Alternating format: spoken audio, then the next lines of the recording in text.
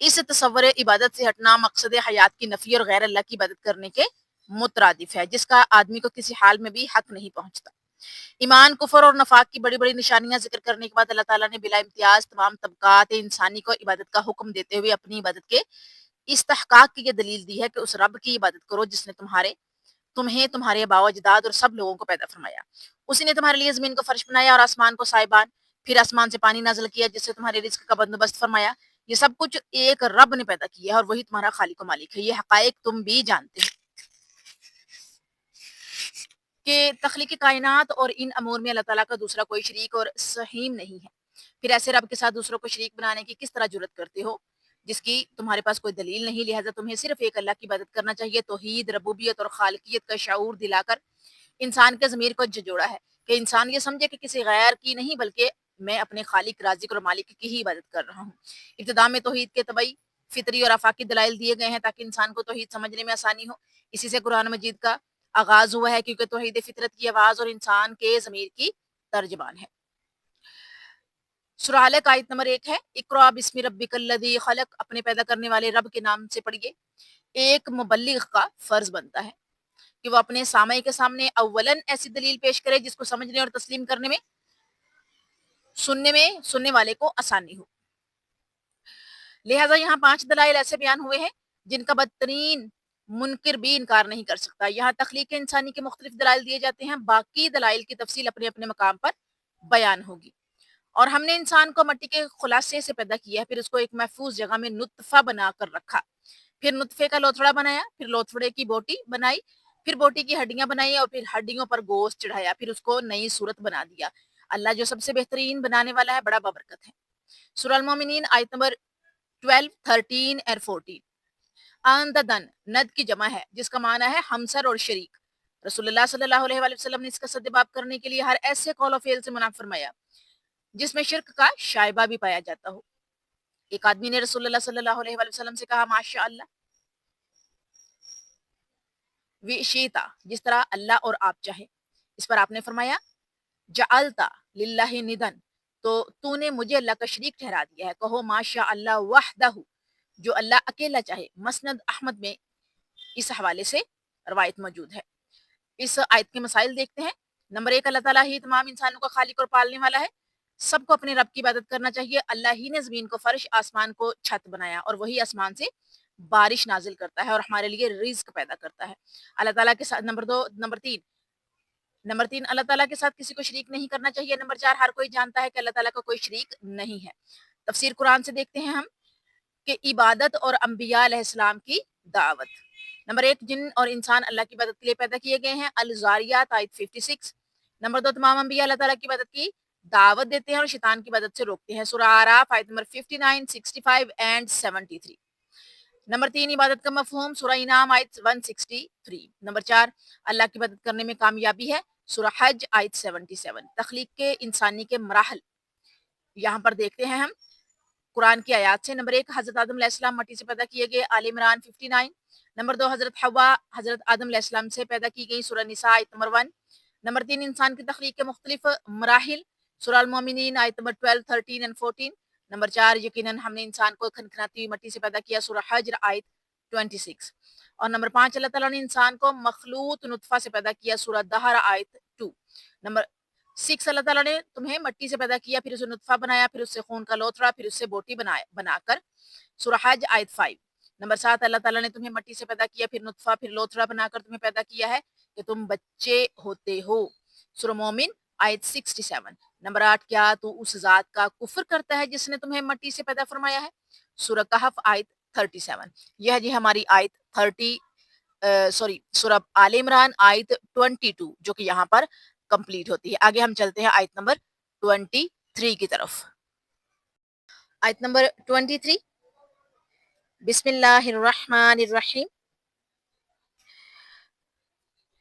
أَلَمْ تَرَ إِلَّا الَّذِينَ أُوتُوا نَصِيبًا مِنَ الْكِتَابِ يُدْعَوْنَ إِلَى كِتَابِ اللَّهِ لِيَحْكُمَ بَيْنَهُمْ ثُمَّ يَتَوَلَّى فَرِيقٌ مِّنْهُمْ وَهُمْ مُعْرِضُونَ۔ اس کی ورڈ ٹو ورڈ ٹرانسلیشن ہم پہلے دیکھیں گے۔ أَلَمْ تَرَ، کیا نہیں دیکھا، إِلَى طرف الَّذِينَ وہ لوگ جو اوتو دیا گیا، نصیباً ایک حصہ، من سے کتابی کتاب، یدعونا بلائے جاتے ہیں، الی طرف کتاب اللہ اللہ کی کتاب، لیحکما تاکہ وہ فیصلہ کرے، بینہم ان کے درمیان، ثم پھر یتولا پھر جاتا ہے، فریقن ایک فریق، منہم ان سے، وارہم وہ معرضون منہ پھیرنے والے ہیں۔ آگے ہم دیکھیں گے اس کی ٹرانسلیشن، لیکن ٹرانسلیشن سے پہلے میں کلاس میں ایک نیا نمبر ایڈ ہوا ہے 0329 سے، تو کائنڈلی ذرا اپنا مائک آن کیجئے۔ السلام علیکم ورحمۃ اللہ وبرکاتہ۔ جی مہک،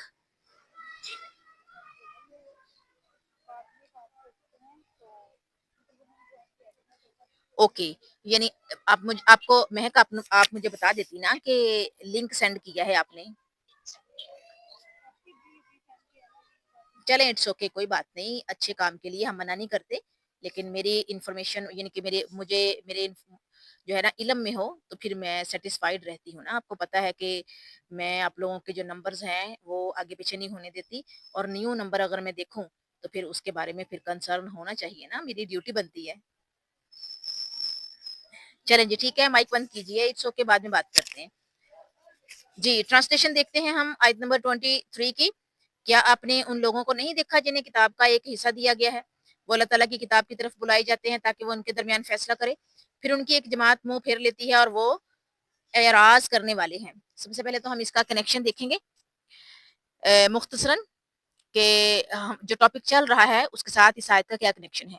اہل کتاب ہی پہلے کفر کرنے والے ہیں، ان کے کفر کی بنیاد ان کا من ساختہ عقیدہ ہے، یعنی کہ ان کا خود کا گھڑا ہوا، ان کے من کا، ان کے اندر کا گھڑا ہوا عقیدہ ہے کہ ہم چند دن جہنم میں جائیں گے، حالانکہ وہ ایک کے حالانکہ وہاں پر ایک کے اعمال دوسرے کے لیے فائدہ مند نہیں ہوں گے، وہاں پر کسی بھی انسان کے اعمال کسی دوسرے انسان کے لیے فائدہ مند نہیں ہوں گے وہاں پر۔ اچھا جی، اے نبی صلی اللہ علیہ وآلہ وسلم، کیا آپ نے اہل کتاب کے رویے پر غور نہیں فرمایا کہ جب بھی انہیں تنازعات کا فیصلہ کرنے کے لیے اللہ تعالیٰ کی کتاب کی طرف بلایا جاتا ہے تو بلاوا سنتے ہی ان میں ایک گروہ سراسر منہ پھیر لیتا ہے؟ ایسا اس لیے کرتا ہے کہ ان کا دعویٰ ہے کہ ہمیں جہنم کی آگ مس نہیں کرے گی، نہیں چھوئے گی۔ مس کرنا مطلب ٹچ کرنا، چھونا، سوائے چند دنوں کے جن میں ہمارے بزرگوں نے بچھڑے کی عبادت کی تھی۔ دراصل ان کا خود ساختہ دین ہی ان کے لیے فریب، نفس اور ہدایت کے لیے سد راہ بن چکا ہے، یعنی جو ان کا اپنا گڑا ہوا دین ہے، جو کہ انہوں نے اپنے پاس سے گڑا ہے، اس دین ہی کی وجہ سے جو ہے وہ فریب نفس میں مبتلا ہے، اور ہدایت کے لیے سد راہ بن چکا ہے وہ ان کا خود ساختہ دین۔ ان کی خود فریبیوں کا عالم یہ ہے کہ اپنے آپ کو اللہ تعالیٰ کے بیٹے قرار دیتے ہیں، اور لوگوں میں یہ تاثر پیدا کرتے ہیں کہ اللہ تعالیٰ چند دنوں کے علاوہ ہمیں ہرگز سزا نہیں دے گا۔ افسوس، یہی فریب کاریاں اور خوش فہمیاں آج امت محمدیہ کی غالب اکثریت میں پیدا ہو چکی ہیں۔ ہم لوگ کہتے ہیں نا جی ہم نے تو کلمہ پڑھا ہے، ٹھیک ہے، کلمہ پڑھ لیا، اب تو ہم نے کیا کہا ہے، ہم نبی صلی اللہ علیہ وآلہ وسلم نے ہماری شفاعت کرنی ہے، کیونکہ ہم نے ایمان قبول کیا ہے، ہم ایمان لائے ہیں اللہ اور اس کے نبی پر۔ اللہ اور اس کے نبی پر ایمان لانا کافی نہیں ہے۔ اگر اللہ اور اس کے نبی پر ایمان لانا ہی کافی ہوتا تو یہ جو ہمارے بزرگان دین گزرے ہیں ان کو اتنی محنتیں کرنے کی کیا ضرورت تھی، ان کو اتنی مشکلیں مصیبتیں کاٹنے کی کیا ضرورت تھی؟ کلمہ پڑھ لیتے، ایمان لے آتے اور سائیڈ پہ لگ جاتے۔ یہ جتنے بھی بزرگان دین آپ لوگوں جو مشہور مشہور نام لے لیتے جی، جیسے شاہ شمس ہیں، ٹھیک ہے، اسی طرح سے ملتان سے ہی لے لیتے ہیں کچھ بزرگان دین جو کہ بہت مشہور گزرے ہیں، اس کے علاوہ پوری دنیا سے بزرگان دین لے لیتے ہیں۔ اگر یہی چیز ہوتی نا، ہم صرف بزرگان دین کی بات کرتے ہیں، صحابہ کی طرف تو بعد میں جاتے ہیں، صرف ایمان لانا، کلمہ پڑھنا ہی جو ہے وہ ہماری جو ہے وہ کامیابی، روز محشر ہماری کامیابی کے لیے کافی ہوتا، تو یہ بزرگان دین کیوں اللہ کی اتنی عبادتیں کرتے، کیوں جو ہے وہ لوگوں کو اسلام کی دعوت دیتے اور اسلام قبول کرواتے، اور ان کی اپنے ہاتھ پہ بیعت کرتے، ان کو کلمہ پڑھواتے، کیوں اتنی محنتیں کی انہوں نے، کیوں اتنی ریاضتیں کی، کیوں جو ہے وہ اپنے آپ کو اللہ کی راہ میں جو ہے وہ ختم کیا؟